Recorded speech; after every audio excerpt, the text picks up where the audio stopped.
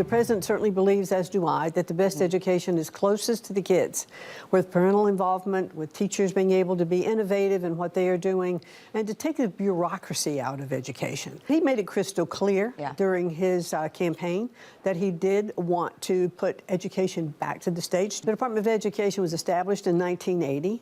Since then, we've spent about $1 trillion on education, and scores have continued to go down. We are not doing something right. Let's trim down.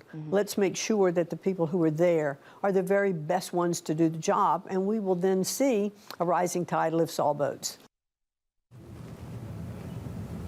Education Secretary Linda McMahon on Newsmax talking about the future of the Department of Education. McMahon is praising the department for moving to cut its workforce and bring more power to the states.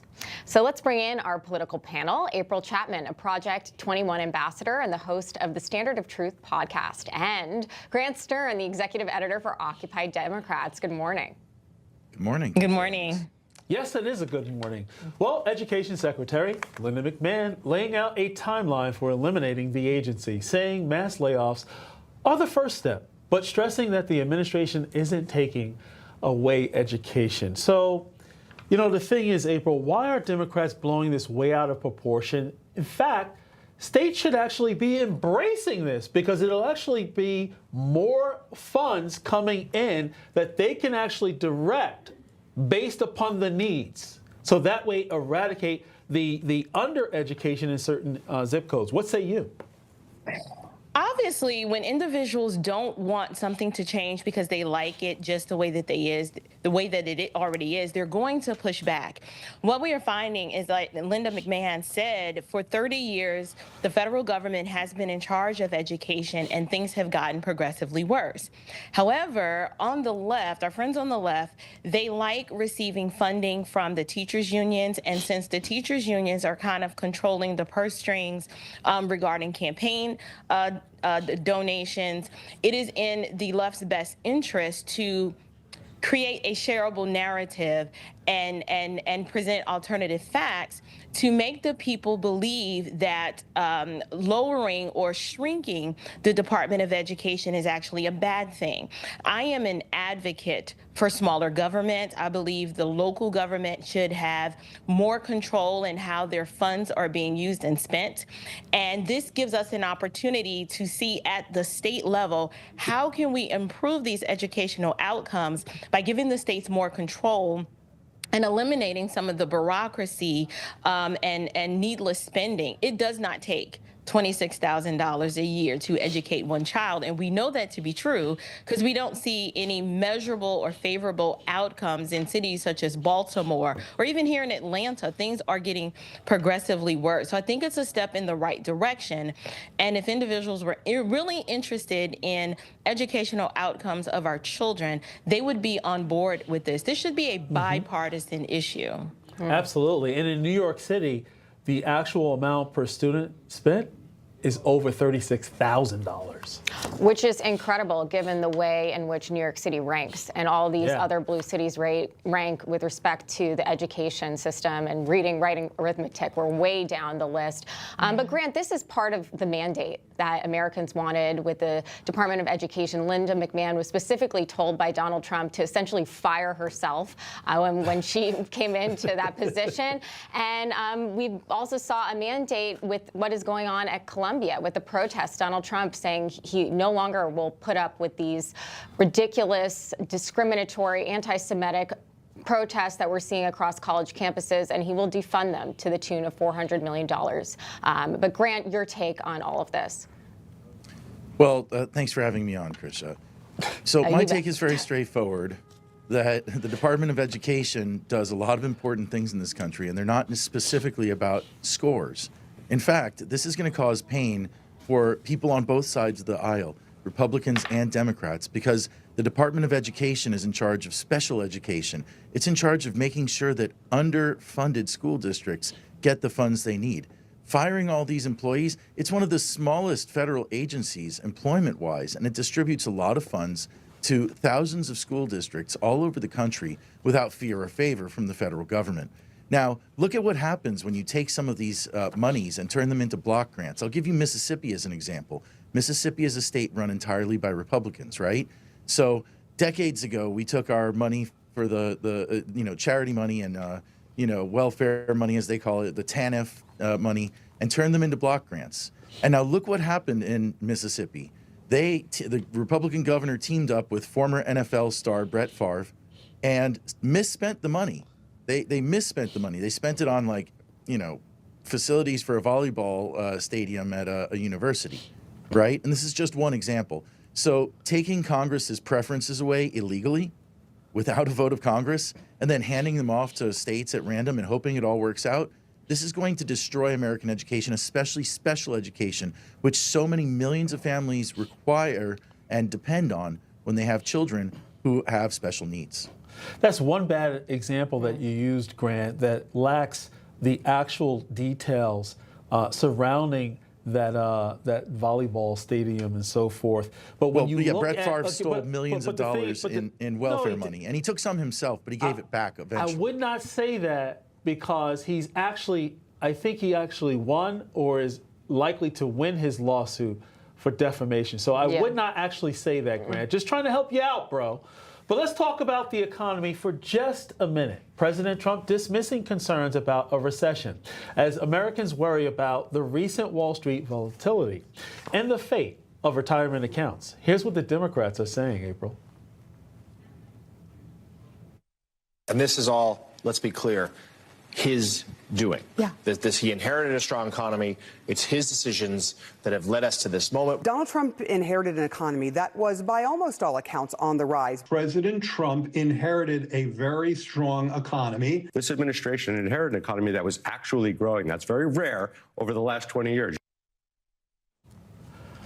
You know, April, that economy was so strong that they pushed Biden out the way and they didn't even vote for his sidekick, Kamala Harris, because the economy was doing so well. They actually missed all the joy. What say you, April?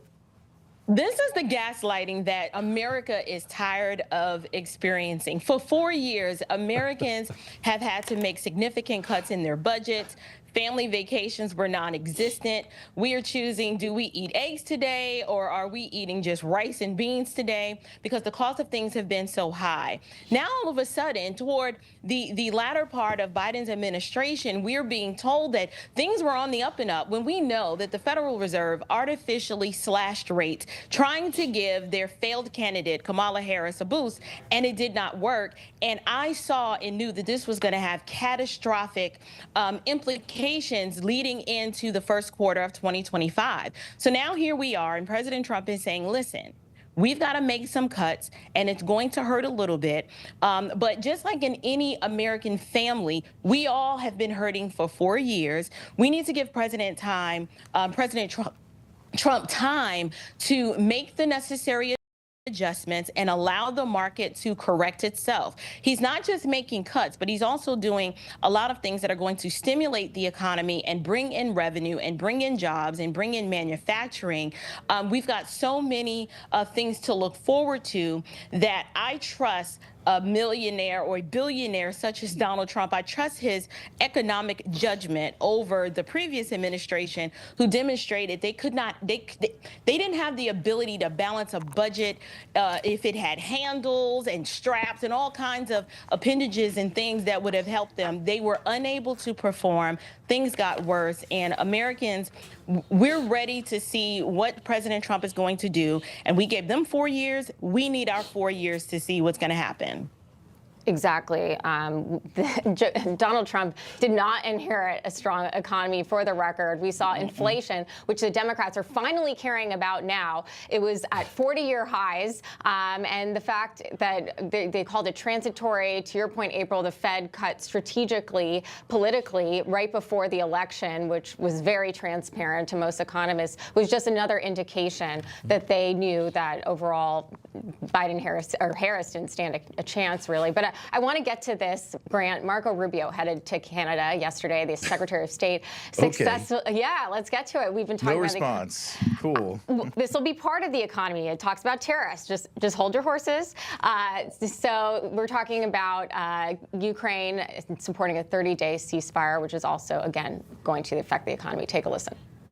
Today, we made an offer that the Ukrainians have accepted, which is to enter into a ceasefire and into immediate negotiations to end this conflict in a way that's enduring and sustainable and accounts for their interests, their security, their ability to prosper as a nation. And hopefully, we'll take this offer now to the Russians. And we hope that they'll say yes, that they'll say yes to peace. The ball is now in their court. Grant, I want to give you opportunity to respond to the previous economic question, but also this, because, of course, a ceasefire would be an incredibly important event affecting geopolitics, affecting energy, which is part of the economy. So Rubio has been busy traveling to Canada, and amid the tariff standoffs, he's been doing a lot. But what do you expect to come from these negotiations? Well, I want to thank you for letting me comment on Marco Rubio, because Marco Rubio was tragically born without a spine. And there is nothing you can trust from that man's mouth other than hot air will be expelled. Okay? So Marco Rubio is pretty much like a tool of Donald Trump. He's just there to say whatever is politically expedient for Donald Trump's purposes. The man has no center, no beliefs, and pretty much can't be trusted. But let's talk about the economy, because Donald Trump is tweeting stories out saying, stop talking about eggs just because the price of eggs has, doubled if you can find them on the shelves anymore. Donald Trump's course Actually, of fact tariffs, check, egg prices have been plunging Donald for Trump's $2, course over of $2. So I tariffs. just need to fact check you there. But. Okay, yeah, sure. Donald Trump's course of tariffs and his business uncertainty are driving America into a recession. And Donald Trump himself said he thinks America is going into a recession. Right? The stock market is already at or below where Donald Trump was elected, right? So it's already dropped from where it was when he got voted in. And it's going to continue to drop as long as Donald Trump continues to meddle in the private sector. Letting Donald Trump, the private businessman who bankrupted 6 companies, run America's economy, it's about as smart as letting Ralph Cramden run a bus to the moon. Gotcha. Okay? There is absolutely no reason to allow Donald Trump to do this.